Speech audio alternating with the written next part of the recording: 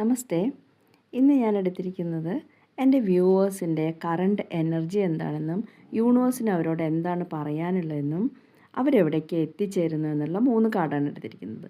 നമ്മൾ current energy എന്താണ്, വ്യൂവേഴ്സിൻ്റെ current energy എന്താണെന്ന് ചോദിച്ചപ്പോൾ നൈറ്റ് ഓഫ് സോഡ്സ് എന്ന് പറഞ്ഞൊരു കാർഡാണ് വന്നിരിക്കുന്നത്. നൈറ്റ്സ് ഓഫ് സോഡ്സ് കാണുന്നത് ആവേശഭരിതത്തോടെ ഒരു യുവാവിൻ്റെ എനർജിയോടുകൂടി മുന്നോട്ട് കുതിക്കുന്ന എന്തോ തീക്ഷ്ണമായ ഒരാഗ്രഹത്തോടു കൂടി എനിക്ക് ഇത് ചെയ്ത് തീർക്കണം, ഇത് ഞാനിന്ന് തുടങ്ങുകയാണ്, ഈ അവസരത്തിൽ ഞാനിത് തുടങ്ങുകയാണ്. ഇതൊരു മേജർ ആർക്കാന കാർഡാണ്. ഇതെന്ന് പറഞ്ഞാൽ ഒരു 3 മാസത്തോളം ഇതിൻ്റെ എനർജി ഉണ്ടാവും. ഇന്നത്തെ നല്ല ഒരു 3 മാസത്തോളം ഈ എനർജി ഉണ്ടാവും.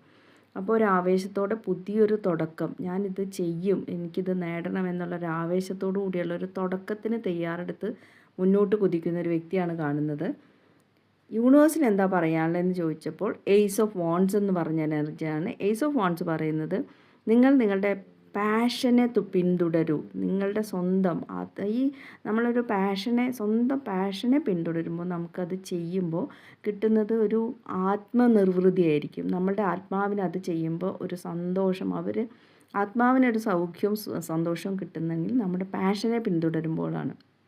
അപ്പോൾ അങ്ങനെയാണെങ്കിൽ നിങ്ങൾ എവിടേക്കാണ് എത്തുന്നതെന്ന് ചോദിച്ചപ്പോൾ ദ ഹെർമിറ്റ് എന്ന് പറഞ്ഞൊരു എനർജിയാണ് കിട്ടിയിരിക്കുന്നത്. ഹെർമിറ്റ് എന്ന് പറഞ്ഞാൽ മറ്റുള്ളവരുടെ ജീവിതത്തിലേക്ക് വെളിച്ചം കാണിക്കുന്ന ഒരു വ്യക്തിയെ.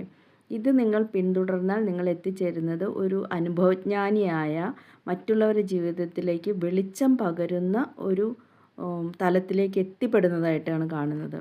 അപ്പോൾ ഇന്നത്തെ ടോട്ടൽ എനർജി നോക്കിക്കഴിഞ്ഞാൽ ഒരു ആവേശത്തോടെ നിങ്ങൾ ഫോളോ ചെയ്യേണ്ടത് നിങ്ങളുടെ സ്വന്തം പാഷനെയാണെന്നും അതുകൊണ്ട് മറ്റുള്ളവർക്കും കൂടെ ഉപകാരപ്പെടുന്ന രീതിയിലേക്ക് നിങ്ങൾ എത്തിച്ചേരും എന്നുള്ളൊരു എനർജിയാണ് ഇന്ന് കാണുന്നത്. നിങ്ങൾക്കിത് റെസനേറ്റ് ചെയ്തെങ്കിൽ ഒന്ന് ലൈക്ക് ചെയ്യുക, എന്തെങ്കിലും ഒരു കമൻറ്റ് രേഖപ്പെടുത്തുക. Okay, thank you very much.